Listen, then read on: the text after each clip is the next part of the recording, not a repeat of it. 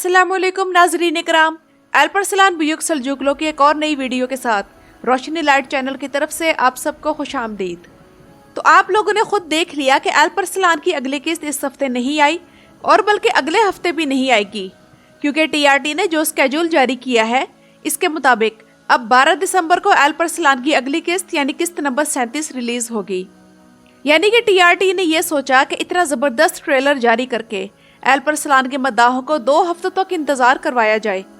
Turkish channels की यही बात बहुत से मद्दाहों को सबसे ज्यादा इरिटेटिंग लगती है कि रेगुलर शेड्यूल्ड प्रोग्राम्स को भी एकदम बम्प करके दूसरी चीजों को अहमियत देने लगते हैं।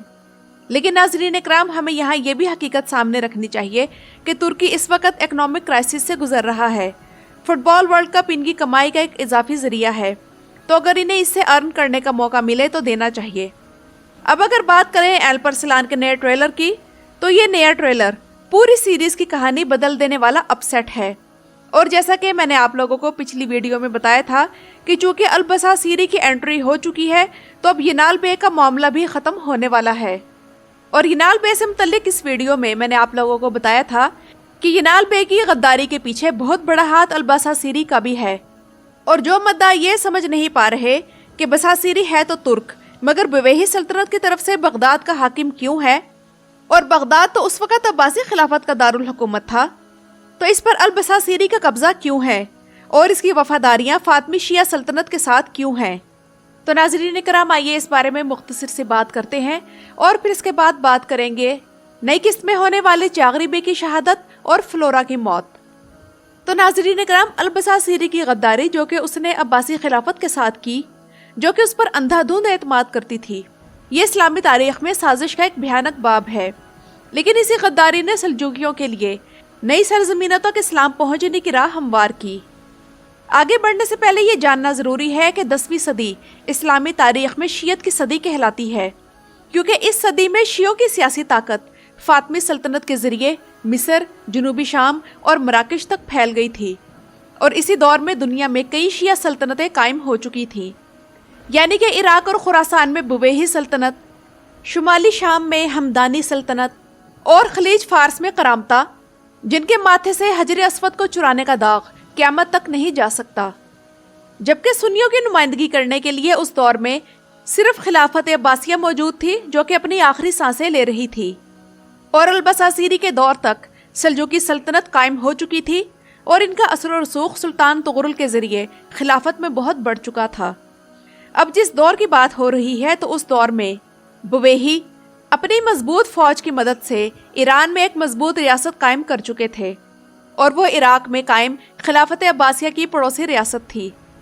नाज़रीन इकराम, खिलाफत अब्बासिया की कमजोरी की एक बहुत बड़ी वजह वो तुर्क सिपाही थे, जो कि अब्बासी फौज में बड़ी तादाद में थे। याद रहे कि ये तुर्क औस या सल्जूकी नहीं थे,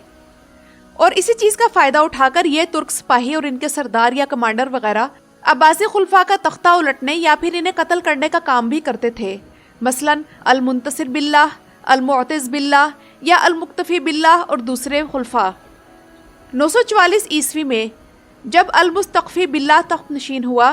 तो इसने बुवेही सल्तनत से इन शरपसंद तुर्कों के खिलाफ मदद मांगी।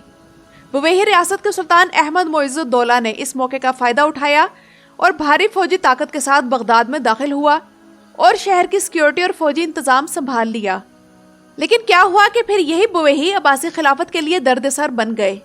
और ये वो वक्त था जब सल्जूकियों की इसी सरजमीन खुरासान में आमद हो रही थी और वो अपने लिए किसी सरजमीन की तलाश कर रहे थे जहां वो रह सकें। सल्जूकियों के साथ वस्ती एशिया से काफी तुर्क हिजरत करके अब्बासी फौज में शामिल हुए, और अबुल हारिस अरसलान बिन अब्दुल्ला अल तुर्की अल बसासीरी भी इन्हीं तुर्क सिपाहियों में से था जो वस्ती एशिया से आए। नाज़रीन इकराम, ये असल में एक गुलाम था जिसका मालिक फारस के शहर बीसा से ताल्लुक रखता था, इसलिए इसका नाम इस इलाके की निस्बत से बिसासीरी मशहूर हुआ। जबकि एक बुवेही अमीर बहाउद्दौला ने इसे आज़ाद किया और ये बुवेही फौज में शामिल हो गया। लेकिन असल शोहरत इसे जलालुद्दौला के दौर में तब मिली जब इसने बगदाद में जारी शोरिश और फसाद को दबाकर अमन सुकून बहाल करने में अहम किरदार अदा किया। इसके बदले में बुवेही सल्तनत ने इसे बगदाद का गवर्नर बना दिया। लेकिन बिसासीरी ने वक्त के साथ फातमी सल्तनत के साथ अपनी वफादारियां कायम कर ली, जो कि खिलाफत अब्बासिया की दुश्मन सल्तनत थी। یہ حالات دیکھ کر عباسی خلیفہ قائم بے امر اللہ نے تغرل بے کو بغداد آنے کی دعوت دی، اور یہ وہ وقت تھا جب تغرل بے سلجوقی سلطنت قائم کر کے بڑے شاندار طریقے سے حکومت کر رہے تھے۔ سلطان تغرل نے خلیفہ قائم بے امر اللہ کی دعوت قبول کر لی اور بغداد میں 1055 میں بظاہر تو حج ادا کرنے آئے تھے، لیکن اس کے ساتھ ساتھ ان کی یہ بھی خواہش تھی کہ فاطمی سلطنت کے خاتمے کے لیے کوئی پلاننگ کی جائے۔ سلطان تغرل بے کا بغداد میں کافی اثر و رسوخ ہو گیا، اور انہوں نے جب فاطمی سلطنت کے خلاف ایکشن لیا تو اسی کے نتیجے میں بساسیری کو بغداد چھوڑ کر ہلا کے ایک امیر کے ہاں پناہ لینی پڑی، جس کے فوراً بعد اس نے فاطمی سلطنت سے مدد مانگی۔ فاطمی خلیفہ نے اس کی مدد کی درخواست قبول کر لی، اور اس مدد کے بدلے بساسیری سے یہ شرط رکھی گئی کہ وہ فاطمیوں کی طرف سے بغداد پر قبضہ کرے گا اور شام اور مصر کی طرف سلجوقوں کی پیش قدمی روکے گا۔ اس کے علاوہ اسے فاطمی سلطنت کی طرف سے رہبہ نامی علاقے کی گورنری اور فوجی مدد بھی دی گئی۔ اب بساسیری سلجوقوں کے خلاف کھل کر میدان میں آ گیا، اور اس نے موصل پر قبضہ کر کے وہاں فاطمی خلیفہ کا خطبہ جاری کر دیا۔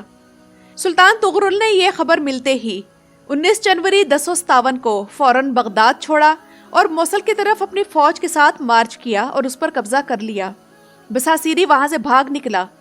اور دوسری طرف ابراہیم ینال جو کہ خود بھی سلجوقی تخت پر قبضہ کرنا چاہتا تھا، اس نے بساسیری کے ساتھ گٹھ جوڑ کر لیا اور فاطمیوں کو سلطان تغرل کے خلاف مدد فراہم کی، جس کی وجہ سے جب سلطان تغرل نے بغداد چھوڑا تو بساسیری بغداد میں داخل ہو گیا اور وہاں 1059 عیسوی میں قبضہ کر کے فاطمی خلیفہ مستنصر باللہ کے نام کا خطبہ جاری کر دیا۔ یہ صورتحال دیکھ کر خلیفہ کو اپنی جان کی فکر ہو گئی، اور عباسی خلیفہ قائم بے امر اللہ اور ان کے وزیر ابن مسلمہ نے بساسیری کے اتحادی امیر قریش کی پناہ حاصل کی، لیکن بساسیری نے ابن مسلمہ کو حاصل کر کے بری طرح اذیتیں دے دے کر قتل کیا، اور بعد میں واسط اور بصرہ کے شہر بھی فتح کر لیے۔ اسی دوران ابراہیم ینال کے ساتھ سلطان تغرل کی فیصلہ کن جنگ ہو چکی تھی، جس میں ینال بے کو شکست ہوئی اور اسے موت کا منہ دیکھنا پڑا، اور ابراہیم ینال سے نمٹنے کے بعد سلطان تغرل نے بساسیری نام کے فتنے کی طرف توجہ کی، لیکن انہوں نے پہلے بساسیری کو پیشکش کی